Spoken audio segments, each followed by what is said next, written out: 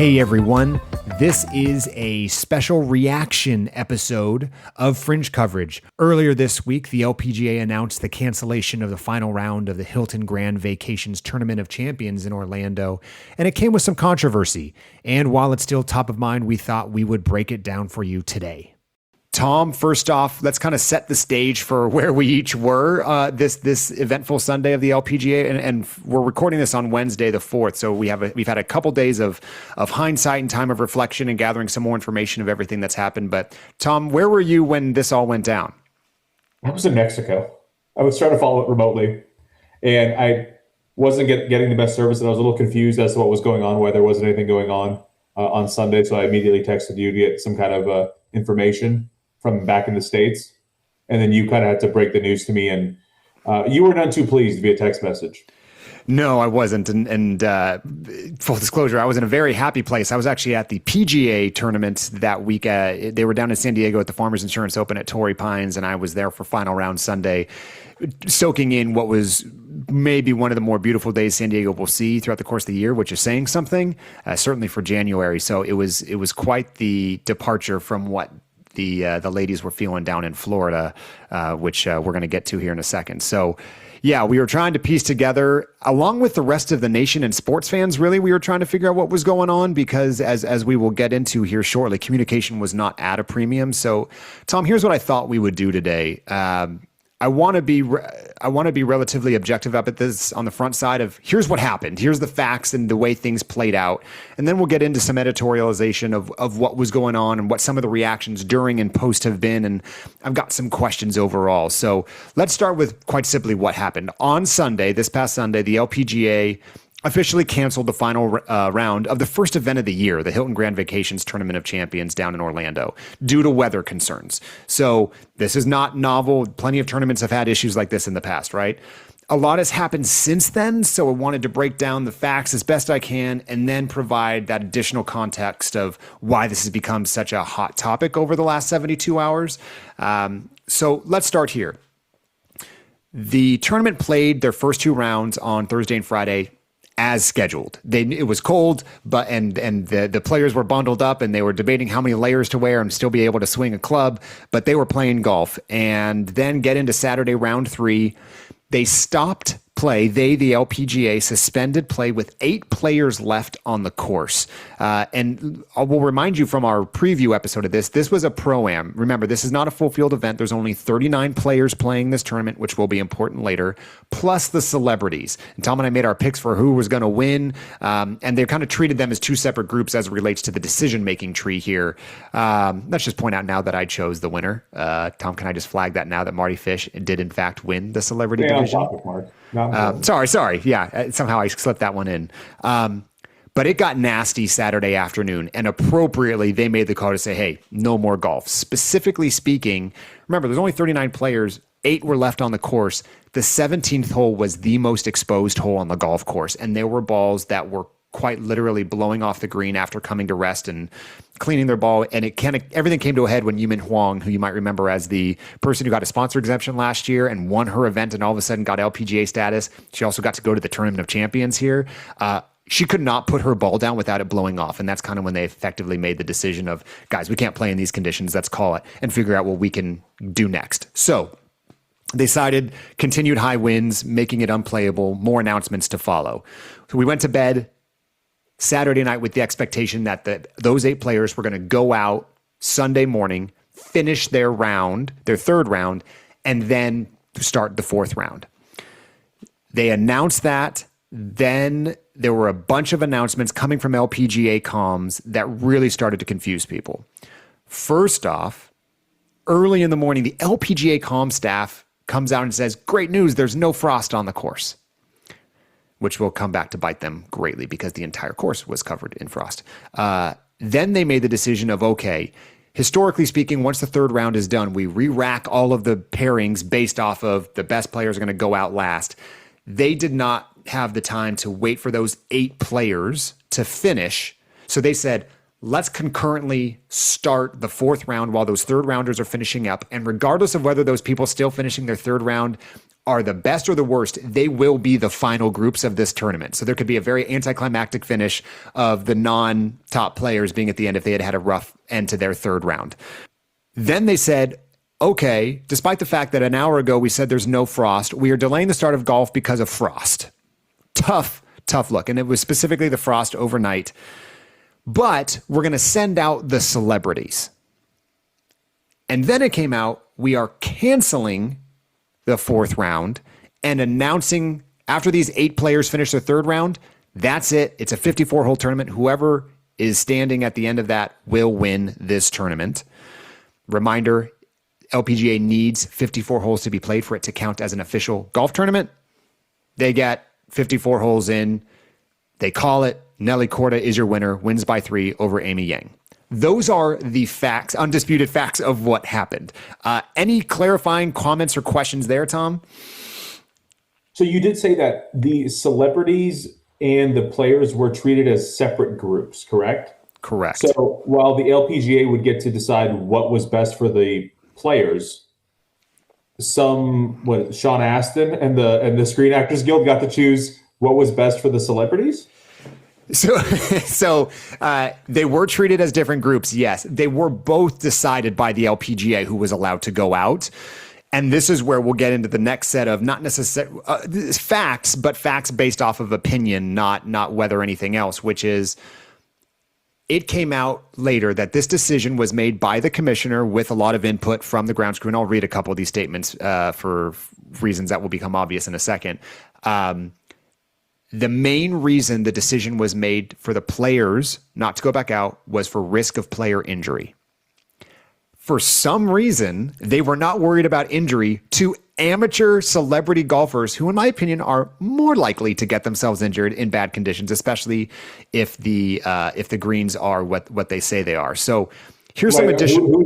Who's more likely to get hurt, a 22-year-old professional athlete or Larry the Cable Guy? Right. Are they assuming that the celebrities were a bigger draw and perhaps that was the reason why the fans were sticking around? So I really care about what Emmitt Smith shoots this round. I think it's a really good question. I think the answer is no to that specific question of why, but the question of why still remains of why not just hold everybody back or what? And this is where I want to be really clear before we get any further. Tom and I were not in these rooms. We do not know all of the factors, and I wouldn't even pretend for a second that I would have made a better or worse call. Today's episode is not about us questioning whether the call should have been made. I have a larger problem with the process in which this was unveiled and certainly the communications that came with it. But to your point, Tom, it is a very interesting question of what contractual obligations or sponsor things that do we not know about that led the commissioner, who for all intents and purposes we have lauded and praised since he became commissioner over the last 6 months. This is the first misstep, right? That at least public misstep. I'm sure there's been plenty more that we all make in our own jobs, but this is a very public facing one. What is it that he, with all the input he got along and the other decision makers, what was it about the celebrities that said, hey, even though our players, we're not going to send them out, it's still worth it for some reason to send them back out? We will get more into that in a second. So here's some additional factors to consider. That weather was bad on Saturday, Sunday. No one is debating that. Temperatures were 20 degrees overnight. Here's what happened. Players came out Sunday morning at 9 a.m., which is when they were supposed to start. The ground was frozen. And yes, I mean actually frozen. They couldn't play on it. The caddies were pouring water. There's video of caddies pouring water on the greens and it immediately freezing. It was balls rolling off the greens. Balls were bouncing when they dropped them on the ground. That shouldn't happen like that. The greens were freezing over. The superintendents and the grounds crews were concerned about playability. They voiced that. No superintendent wants their course to be played in this. I fully respect that because we're well past the point of, is your course going to show great today? It's now 30-mile-an-hour winds gusting up to 50, and it's 30 degrees outside. It's a different type of golf tournament. By the way, a golf I would like to watch. If that's going to show me some very unique skills, which is why the AIG Women's Open is such a fascinating tournament, because we want to see the elements. The question, the point in question here is how volatile, how bad were these conditions? Were they playable? And again, that 17th hole really continued to be a talking point because it was super exposed property, super exposed part of the property on the water. Here's where we'll get into the editorializing a little bit. Allegedly, so they knew they were going to have bad weather before the week even started. They saw bad weather in advance, and allegedly there was talk of only playing 54 holes before they even started. Not substantiated. That is a rumor. These are the type of things we started seeing coming out. I have zero problem with the LPGA shortening an event to 54 holes if the conditions require it. I am not going to pretend I'm a meteorologist or an LPGA commissioner that understands what those conditions are. While there may be a question of whether this was the right decision, my issue arises with the way in which we got here. And this is where I venture away from the land of facts and more into why I, as an LPGA fan, can get frustrated. I believe there were good reasons for these decisions. I don't need to know all of them. I believe there are good people in good positions at the LPGA who did everything they could to try to get this decision right. But they are not being communicated well. So whether you've got a comms team, whatever your strategy is to get this word out there, this is where they woefully fell short. I want to hear something like, hey, the weather might be better on Monday, but there's an overnight freeze and the grounds crew is not going to be able to get the course ready in time, and there's another commitment. Whatever the things are that they're talking about, I would love, within reason as a fan. I don't want to ask too much of like, hey, I don't need to know all of these things. I'm not in the inner circle. As a fan, you deserve to have a certain level of expectation. Since all of this has come out, Commissioner Kessler has come out and said he would like to do a few things differently if he had it back. And we've all been in that situation at some point in our life. This is just a very public-facing thing for his first full season, first event of the year of that first full season as commissioner. He has said he would prefer that they had a better communication plan and better contingency planning efforts for event day. So if and when this presents itself again, they have the right decision tree to be able to flex, because they did not have a plan in place for a Monday finish. That has since come out. I think that's one of the creative solutions Commissioner Kessler has alluded to post, is saying, hey, there was not a place for that. They've not done a Monday finish since 2020. That's 6 years.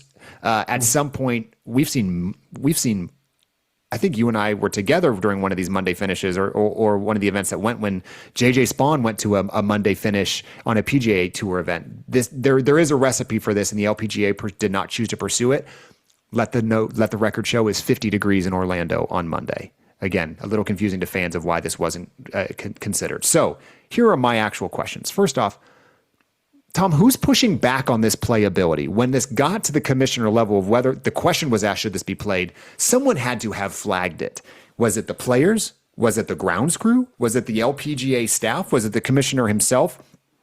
The reason I ask this is players came out against this publicly. Nasa Hataoka, who was playing very well in this tournament, I believe your pick this week, someone who was playing very well. She was one of the people that played early Sunday. So she was one of the 8 that went out on the course. And she said, I don't know why we can't play the 4th round. That is a tough look when a player who's out there that you're protecting is saying, I don't know why. Some players, Danielle Kang, not playing this week, but active on social media saying, I don't know if I agree with this. And man, I bet the PGA Tour would have found a way to finish this.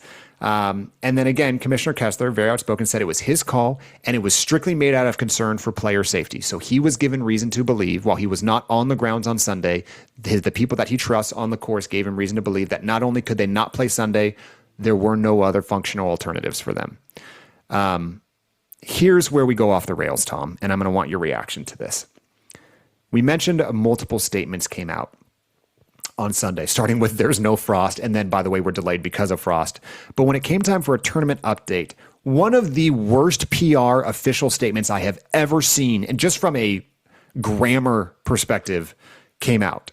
And I quote, based on conversations between the rules officials, tournament staff, partners, and grounds team, the decision has been made to reduce the tournament to a 54-hole event. They go on later in the statement to say, play will continue with Lake Nona becoming playable in competitive competition at its peak temperature, but conditions will deteriorate later today and tomorrow, making it difficult to complete 72 holes. Competitive competition. Yes, it actually says competitive competition. I'm sorry, I'm a golf fan. I like conditions. I don't care about peak temperatures. What the heck is competitive competition? Who the heck is reading this and saying, yeah, that looks perfect? Who are they vetting this, or are they just having a social media intern say, hey, you got to get something out, rush it? I've been in these situations in event planning. I understand the need to get word out there, especially wearing both, can't speak out of both sides of my mouth. I want information as a fan. I want them to give me something. But if this is what they're giving, wait 15 more seconds and read it again, because all that's going to do is create a lot of questions. I'm curious how you reacted to some of these statements when you hear them now or saw them earlier this week. Yes, I'm a stickler for grammar, and when I first saw that on your rundown on the agenda, it said competitive competition. I said, "Oh, I think Mark made a typo," and then I went and Googled it. And I said, "Oh no, that wasn't Mark's fault."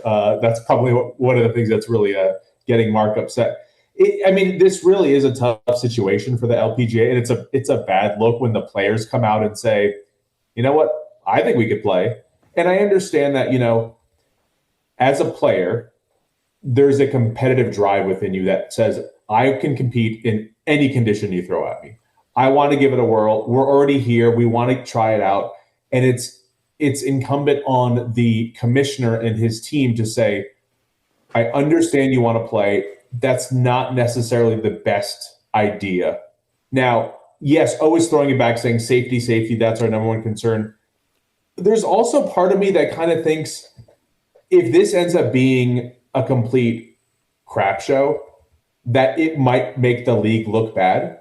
Like if they come out here and there's wind blowing all over the place and these players can't mark their ball, a cynical part in my head goes, then it makes the league look rinky-dink and go, look, they're playing in these conditions just because they want to finish a round. That was the part that kind of bumped me. I kind of see where they're coming from here. If you want your players to be portrayed in the best light, then you got to put them in the ideal playing conditions, and having them play on a course that isn't ready for play. What is ideal playing conditions, though? I'm going to push back on you, man. I don't want people playing in no wind and ideal settings. Like I want to see people. My biggest complaint is that this tour is so easy. They put pins in the easiest places and they don't let the best players separate. And the moment that there's signs of adversity, they're like, it's not ideal. We'll play 54. I don't care about ideal. If it's playable and these players are saying we can play, what are we doing? The players are also incentivized to play, right? They can win more money if they play well and all that stuff. And if we're watching a ball bounce on an icy green and just rolling past the hole 5 times and people can't make putts, it kind of does make the league look bad. So from that point of view, I don't mind them saying, let's cut our losses here and let's not, for our first event of the season, just have this turn into an absolute 3-ring circus. And that's where we get to, if that's the current level of playing condition, I have absolutely no objection to that. Where I have an objection is, okay, that was at 9 a.m., it was warming up. You're telling me 3 hours from now, you can't get them in to get 9 holes. And then tomorrow when it's projected to be 50 degrees, you can't get the other 9 in. And let's go there now, because I think it's the right transition. Well, first off, shout out to the guys over at No Laying Up. They got Commissioner Kessler on their podcast yesterday or the day before. And shout out to Commissioner Kessler for getting in front of this, not in front of it, but like owning it. And I think that's the right term for this. Is he owned it. He said, this was my decision. He didn't throw anyone under the bus. He said, I had all the information. It was my call. And he made a really interesting point. He said, look, if in the first tournament of the year, my first call was to put our stars in jeopardy with their health, the one thing I have stumped and platformed on as I became commissioner was trust. And if I don't have the players' trust, I'm going to put them in a position that's not going to hurt them quite literally or physically, I'm already doing my job wrong. So when player safety was the flag, I knew I was comfortable living with the consequences of that decision when I was there to protect my players. I don't think I can fault them for it. Again, I don't think I fault them for canceling play on Sunday. I have a problem with the way things were delivered and whether or not there was enough creative solutioning to continue finding a way to get this tournament in beyond just saying it's 9 a.m. on Sunday, I think we should be done. Look, the reports were that the course was outrageously hard, but not unplayable. Annika Sorenstam met with Beth Ann Nichols after she went out. Remember, Annika was playing as a celebrity this week, as you so astutely pointed out in our preview. Quote from Annika, I don't know why we're not playing. There's pitch marks. I hit some crispy shots today and the ball even stopped. I am surprised. It's difficult. It's cold, but it's as fair as anything. I told J.R. Smith, her celebrity playing partner, we can continue. What a sentence. On that, in that, yeah, right. What a world that J.R. Smith makes his way into the golf ether. And then Amy Rogers from Golf Channel, who I think gets a lot of credit on this day. She did a really good job, not only reporting of it, but asking additional questions to the LPGA. When she asked them to clarify what their criteria, why they were canceling it, they first said the decision was made because of, quote, a lack of optimal competitive environment. This was going around. This made the rounds on social media of, this goes to your point. I'm not looking for optimal competitive environment. I'm looking for, do we have a golf course? Is it playable? And honestly, if it's hard, awesome. Now I want to see, you tell me Charlie Hull's not going to rocket up that leaderboard because she knows how to play in these conditions. I want to see that, again, if it's safe. And when Amy Rogers pressed on him and said, what does that mean? They said the criteria for that was, quote, how the temperature was affecting the golf course. If that is in the most mealy-mouthed, loose-lipped, nothing answer, again, just answer it. Amy's asking a good question, and she gave them the opportunity to say, hey, here's what's going on. When I hear Craig Kessler say, I'm worried about player safety, I feel pretty good about that answer. But when they start saying other stuff, it looks like they didn't have their ducks in the row, and they quite obviously didn't. And again, the commissioner came out and owned this and said, I would do some things differently with everything I know now, and wouldn't we all in life? So here's a couple. We'll get into options they had in a second, but there's something else that's been bugging me, and we talked about it at the outset. If it's unplayable, if you are worried about player safety, which you are on record as saying that is why we made the call when we did, how we did, A, why are you still sending out those 8 players in the morning when it is still at its coldest and at its worst? Why are you sending them out to finish round 3? Because if you're sending them out, what's the difference between sending out those round 4 people at the exact same time? Were you willing to sacrifice the health of those 8 players? I'm not sure Nasa Hataoka really appreciated that very much, if that's what it was.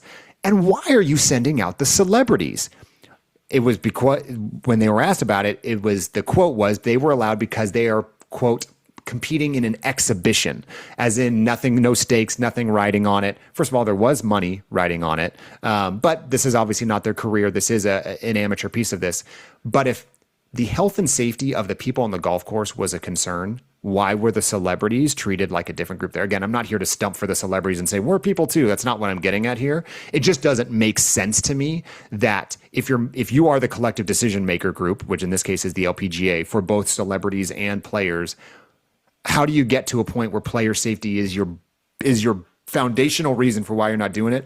But like those people, they're not competitive, so who cares? It's one of those two things doesn't make sense. It either wasn't about player safety or it was, and you're really treating them like subhuman people. Does that track?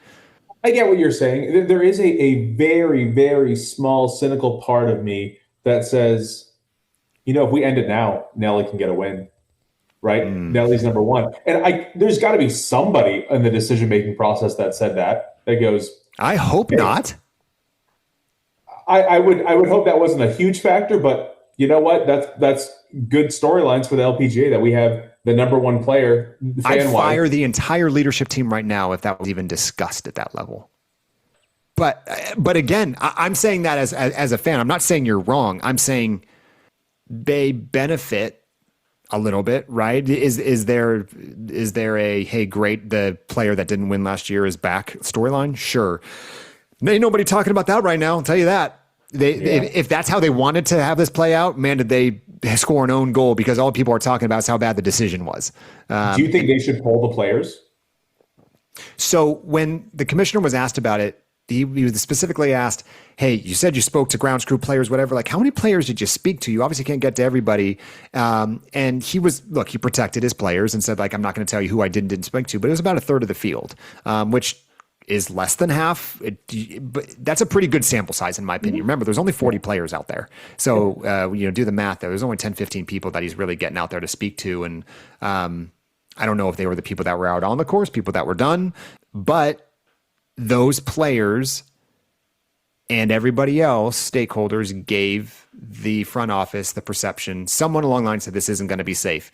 And if I'm the commissioner and someone says that to me, I make the exact same call. Let me be clear on that. If the best information I have is that the conditions of this course are such that your players are at risk, I'm not playing golf at that moment. Whether or not there's golf to be played in the future is maybe where we can kind of go next. So the most obvious question is, could they have started that round on Sunday? Like, instead of doing 9 or 10 a.m., can we tee off at 1, get 9 holes in, and bleed it into Monday, which looked, by all reports, to be a much better day weather-wise? There might have still been overnight frost because it was going to be cold. But if you only got to get in half of a round, why can't you? And there wasn't an event the following weekend. That is where I get the most heartburn is if you said, hey, man, we got pro-ams. We got to go the next week. There's a tournament this week because we got to start practicing, seeing the course, doing all that stuff. There was not a tournament this week. The next event is in Thailand next week, or maybe 2 weeks from now. Like they had 14, 18 days from the end of this to have to worry about their next thing. So they did not have a scheduling issue. And they did not cite that they had one. I'm just saying in terms of when you're evaluating Monday, that is a piece you need to look at is, do we need to get these players on planes to the next place? Otherwise, you're jeopardizing 2 tournaments, not 1. You've already got one with an issue right there in Orlando. Let's not do that. So that was the first question of, is Monday viable from a scheduling perspective? Yes. Players and media also said the LPGA, historically speaking, this has nothing to do with current regime. The LPGA's MO has been to be a little too quick on the trigger on canceling events. We saw this with the Walmart last year, if you remember, in Arkansas. We had another rain out, shortened events earlier in the year. They do have a track record. I'm not going to say propensity, but at least a track record to have done this in the past. And there have not been that many rainouts on the PGA Tour in the last 10 years. Or weather outs for that matter. And I would have to imagine our friends across the pond would be looking at us saying, you're very soft right now if you're canceling it because it's not optimal playing environments. So again, did they have other options? Outsider's perspective, it looked like Monday might have been able to get some holes in. And if they had any chance on Sunday, they obviously got 8 players to play rounds on Sunday plus celebrities. There has to have been a way to get to that. But this probably goes to a place where you and I don't know, which is how much information active gathering was happening, what was being presented to the commissioner, who admitted he was not on the grounds. He had people there. Craig can't be at every event across 35 events during the course of the year, right? That's not a reasonable expectation to have, but he has to have the lieutenants in place to be able to be in his stead and keep him in the loop and ultimately allow him to make the call he gets paid to make. I think he thinks he made the wrong one. I'm not here to say whether he made the right or wrong one. I think something you said about Nelly is what's sticking with me as we look at the fallout. First off, what a major bummer for so many people, right? Fans, event organizers. Think about people who this is their yearly event. Sponsors, players, for the first tournament of the year to have this be the narrative that comes out of it. Ticket refunds. Just think about all the fallout of this. That's one. 2, the 4th round, I don't know if you realize this, man, was going to be primetime viewing. There was no NFL on. And it was a very uncompetitive Farmers Insurance Open where I was. Justin Rose went into it with a 7-shot lead, and it was never in question. If there was ever a day for the LPGA, which has now broadcasting every tournament live on Golf Channel, if they were ever going to pull some new eyeballs, it was today. And if it was some spicy-ass conditions, man, that's probably more likely for me to watch. Like, oh my gosh, are you seeing the balls just sail away in the wind? Like, sign me up for that. It's a tough look to a season where they're trying to build some new momentum with all of their new schedule changes and broadcast enhancements. And most importantly, go ahead. Do you think they would have had a different decision if this weren't the first weekend of the year? If they were worried about the safety of these players and said, like, we don't want to get them, injured at the beginning of the season. Like, if this happened near the end and go, okay, fine, they can rough this one out and then maybe have a little bit of a break after this. I mean, they canceled Arkansas the second half of the year and it didn't mean anything. So, I mean, like, I don't think there's a good, I sincerely believe the LPGA thought player safety was an issue. I do not think, if that being the underlying sentence, I don't think there is a tournament all year where that sentence is true, that they don't cancel it. Because I think that's the right call. Whether player safety was the right way to gauge this is another question. But if player safety was what they were operating off of, you can't send them out. You just can't. Like, imagine me saying, hey, LeBron, the court is icy today, but like, I'm going to send you out. Like, you can't do that. And this is the Tournament of Champions. These are the 37 women that have won in the last 2 years. These are conceivably the biggest stars on tour. Last thing you need to do is to try to kill your own marketability by shelving someone for 6 months because they hurt themselves. So again, if you're operating under the assumption, which is a big if, that player safety was at risk, I don't think there's a tournament where that happens. And man, the thing that sucks the most, and I think I was texting you this on Saturday before all this happened, is Nelly's third round. I might have even posted this on social media now that I think about it. That might be the best golf round we watch all year. And many people have said this now. That was your hot take. You posted it on and look, I don't think I'm unique in that. I think anyone that watched it said, wow, something special is happening here. Because if people don't know, the scoring average on Saturday for the field was 1 over par for the round. Nelly shot 8 under that day. She was 9 shots clear of the average, not the worst person, the average for the day. She was 9 shots clear of that in horrifically cold and windy conditions. That was a masterclass on professional golf, which is why I'm bummed I didn't get to see it again on Sunday and Monday. Because good golf was being played. Conditions were worse on Sunday, but if they were playable, I wanted to see how Nelly backed that up. What's annoying now is Nelly was going to win that golf tournament. Yeah, she had a 3-shot lead over Amy Yang. Who knows what happens? She's in the catbird seat, right? She is angling towards her first victory. She hasn't won since 2024, where she won 7 times. You talk about the narrative and all the things you and I have been asking for our wish list of this year. Nelly winning was at the number 1 or 2 on both of our lists and she did it in tournament 1. Hey, I'm back. Get ready for major season because I'm here again. Now it has this annoying asterisk next to it. And if anyone does that, this was a legitimate win. It's 54 holes or 72. Everyone played the same course, and Nelly boat raced everybody else, man. Like, that wasn't close. But while we should be celebrating that the LPGA kicks off with one of the tour's biggest stars back in the winner's circle after a year of not winning, instead we have this sideshow complaint about how the tournament weather conditions were handled that Nelly's not going to get. We didn't get to see her back it up on Sunday, and we don't get to necessarily get the full attention this week should be on, wow, Nelly's back. And right now that's storyline C or D of the week. And that bums me out. So as two people who are trying to get people to invest their valuable time into watching and hopefully caring about the LPGA, man, this week did not help. Yeah. I will say, I think I texted this to you immediately. That trophy is phenomenal. I know that's not exactly what you're going with all this, but I mean, just aesthetically, it's very eye-catching. So I do have one qualm, I think, with the trophy. And if someone knows differently, please tell me. There's only one trophy, and there's 2 winners. Marty Fish won the celebrity. He did not have his own, so he had to take a pose with him and Nelly both holding the same trophy. There was not a celebrity trophy. Yeah. Again, maybe he gets a smaller one, and they just wanted a group photo. But come on, guys. If you're going to, especially if you're sending the celebrities back out there for Sunday, or maybe it's because it's not. He's not going back out there. Good luck with that. Yeah, good luck with that. So here's where I net out on all this, Tom, and I wrote this down. Dear LPGA, your product is awesome. You've got great momentum heading into 2026. I don't know if last week's decision was the right one or not, but I do know that the communication was sporadic, inconsistent, and ultimately not nearly good enough for a tour that wants to be considered in the same breath and at the same level as your professional sports league and tour peers. Look, I get it. This is not the end of the world. There's a lot of people who don't even know this issue happened. This is a limited field, early season pro-am with a heavy celebrity focus. The sports world will forget about this in a day or two. They may have already forgot about it. But Tom, I'm tired of the LPGA giving fans a reason to forget about them. Seize the moment and be better.